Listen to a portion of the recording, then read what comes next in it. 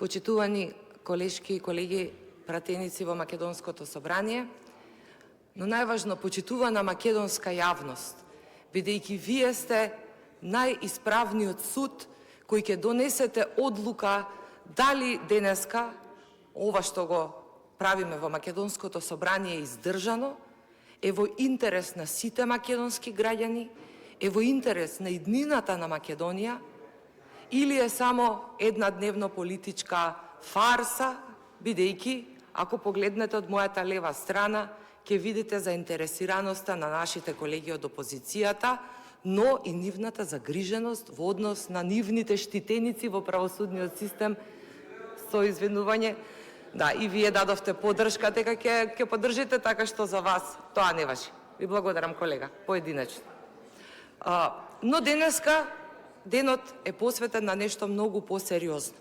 Би рекла, денеска конечно се отвара Пандорината кутија за една метастаза која е длабоко вкоренета во севкупниот општествено-политички систем и истата влијае на животите и на текот на живењето на многу невини македонски граѓани кои под чизмата на сем секакви заткулисни договори, коруптивни решенија на поединци секако во правосудниот систем, јас исто не сметам дека сите треба да ги ставиме на едно купче, но оние мокниците со дебел врат, кои што знаат како да допрат и да ве убедат дека треба така да се донесе одлуката, бидејќи ова не е правосуден систем, почитувани.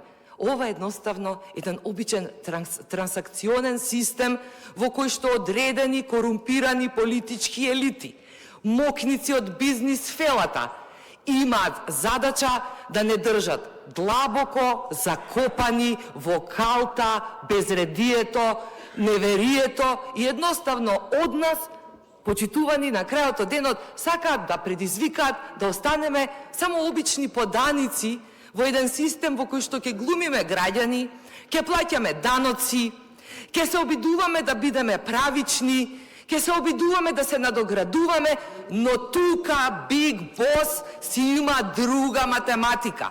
И верувајте, истите имплодираат и во политичките партии, истите имплодираат и во граѓанското општество, истите одлучуваат кој ќе живее, а кој ќе биде маргинализиран, бидејќи нивните интереси треба да бидат задоволени, а не оние на македонскиот граѓани. Сметам дека оваа метастаза најдобро ќе можеше да се разреши, а и ќе поверував на кредибилитетот на госпоѓата Дамева, доколку не удостоеше, освен да не навредува, например, добро цитираше од учебникот на професорот Шкарич, но не кажа дека зборува за општиот дел на уставно право. А знаете ли зошто? Бидејќи оваа госпоја не само што со години го студирала правниот факултет, туку и треба да ни каже на сите нас со кои резултати истиот и го завршила. Понатам, тоа е во однос на истакнати правници. Во однос на кредибилитетот и значењето кое што го има законодавниот дом од аспект на избирањето и на 5 члена во судскиот совет, секако тоа е механизам со кој што требаше да се развиваат институциите и да се гарантира независноста и на правосудниот систем. За жал, некоја октроирана класа, која замина на 8 мај минатата година за секогаш во историјата на плурална Македонија, од политичката сцена, покажа и докажа дека ќе биде до крај спремна грчевито да се бори за своите стекнати права и дека наместо со аргументи и со вкрстување на ставовите ќе изнесе само нешто што може полупроизвод или празните луѓе да го направат или да одберат начинот на кој што ќе постапуваат.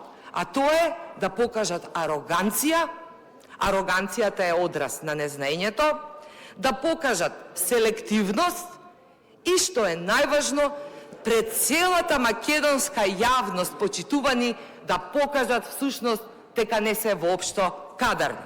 Па така, бидејќи господјата Весна Дамева не е присутна во салава, а за незе сериозното парламентарно мнозинство и сите почитувани колеги кои имаат интерес да чујат вистината, Јас ќе ја прашам, тоест ќе ја упатам и ќе им дадам една задача на Судскиот совет и на господинот Камбовски да проверат како нивната колешка, која што вчера назначија за председателка на Апелациониот суд во Битола, господјата Жаклина Доведен, успеа да ја добие таа престижна фотелја.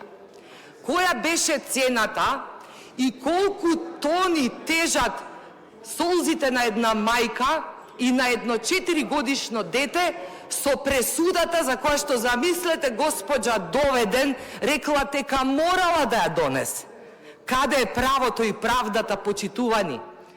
Мајки, сестри, браќа, пријатели, пријателки, граѓани и граѓанки на Македонија.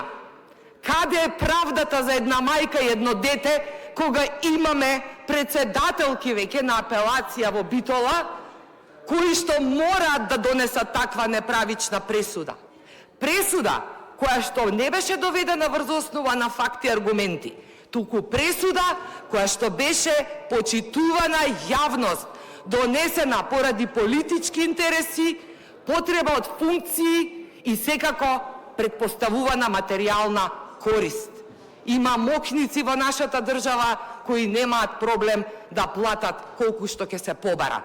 Но мислам дека ние кои што сме честни, ние кои што сме искрени, сите ние кои што веруваме дека со секое наше уверување, делување, активирање можеме да направиме нешто подобро за секого еден, треба да се спротиставиме на овој неправичен, овој корумпиран и крајно девалвирачки однос во кој што е само инструментализиран правосудниот систем, а секако и самиот судски совет. Бидејќи на оваа тема, ако верувате, можам да зборувам неколку дена и сето тоа е подкрепено со факти и аргументи. Бидејќи за истово можам да ви кажам и лични, но и многу примери од многу граѓани и граѓанки со кои што катадневно комуницирам. Она што сакам да допре до сите нас, она што сакам сите да го разбереме, е дека не требаше членовите на Судскиот совет да не доведат во ситуација да ја покренеме ова интерпелација за нивното работење. Јас ве подсетувам дека во нашата изборна програма, со која што победивме на 8 мај, господинот Мицевски тоа го спомена во својот говор, ние ветивме целосна трансформација на правосудниот систем. Ние ветивме целосно распуштање на Судскиот совет.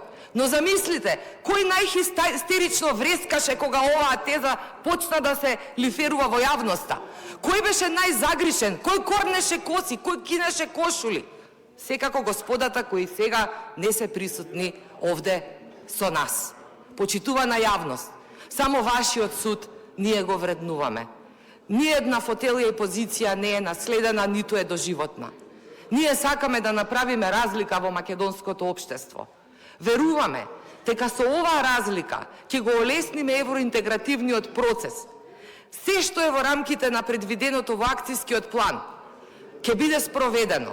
Сите чекори и во законската регулатива и во целосната имплементација на сите потребни механизми кои што се неопходни на Македонија, за да може овој систем конечно да се рестартира, за да може луѓето без било каков страф и без било каква задршка да можат да се обратат до институциите на системот, како и до институциите во правосудството, за кои што впрочем од својот джеб, од својот труд и од својата мака плаќаат истиот да биде одржлив. Тоа сакаме да го постигнеме. Моралната и етичката одговорност која што мора да проработи кај овие луѓе кои партиски, инструментализирано, октроирано се донесени на позициите на кои што седат.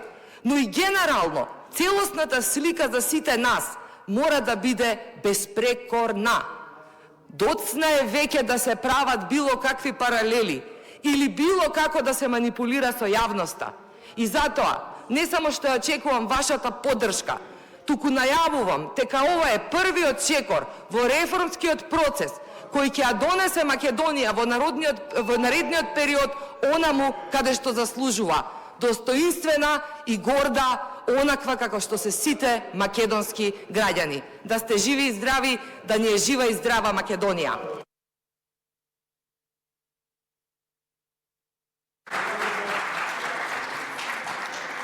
Благодарам. Следна